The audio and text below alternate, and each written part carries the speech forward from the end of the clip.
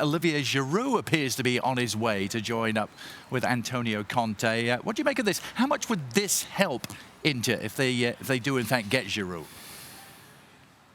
I think it would help tremendously because, look, if you're going to play two center forwards, the way they've been doing with Giroud and Lautaro, you basically need, at least four available to you in the team. And the reality is, thus far for most of the season, because of Alexis Sanchez's injury, they've just had the two, Lautaro and Lukaku, and they've had to effectively play every game. We know that he wanted another big striker. He likes the idea in some situations of playing two front men. That's why he worked so hard. They tried to go after Dzeko in the summer. And Giroud, in that sense, makes sense. He's not going to be lacking for motivation, tons of experience. I think he's going to be a little bit more expensive.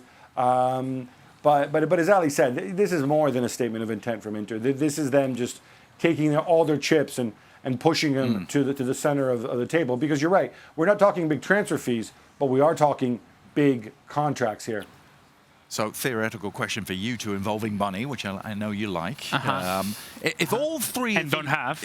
If all well, you can use Alessandro Del Piano's one from yesterday. It's tied up in the restaurant. If all three of these get done, Eriksen, Ashley Young, Olivier Giroud, are all Inter players for the second half of this season, are you putting money on them to win the Scudetto over Juventus? 11-5 is what you're getting offered right now. At 11-5, I'll put all of Ali's money on Inter Milan. Appreciate that. To win. Listen, the truth is, even with these acquisitions, it's still Juventus are favourites, and understandably so, given who they have, given their experience, and just given who they are as a football club.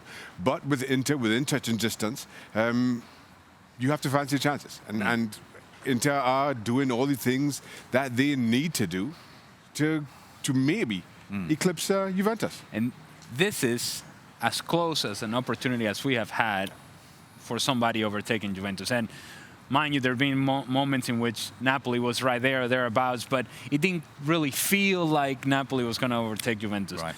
This is a moment in which you have looked at a Juventus team over the course of the season that even though they've won games and even though they found ways and they've only lost one single game this whole year, it still feels like they're vulnerable. Like they are there to be challenged. And so Inter is taking those steps to challenge Juventus. And so it's now up to Juventus to answer the call and say, look, Inter, you can do whatever you want.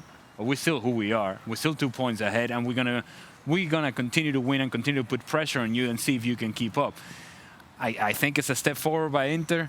But in the end, until you can prove you can overtake Juventus, you still have to like the champions. Gab, what's your intuition telling you? If all of these moves go through, can Inter finally end this run of Juventus?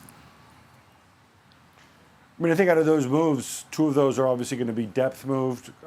Eriksen's the potential game changer. I've been leaning Inter for a while, even after the Juve win. I think Juve have other priorities.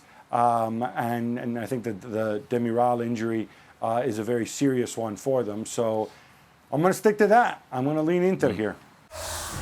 Well, thank you very much for watching ESPN on YouTube. For more sports highlights and analysis, be sure to download the ESPN app. And for live streaming, premium content, and let's not forget as well, ESPN FC 7 days a week. Subscribe to ESPN+.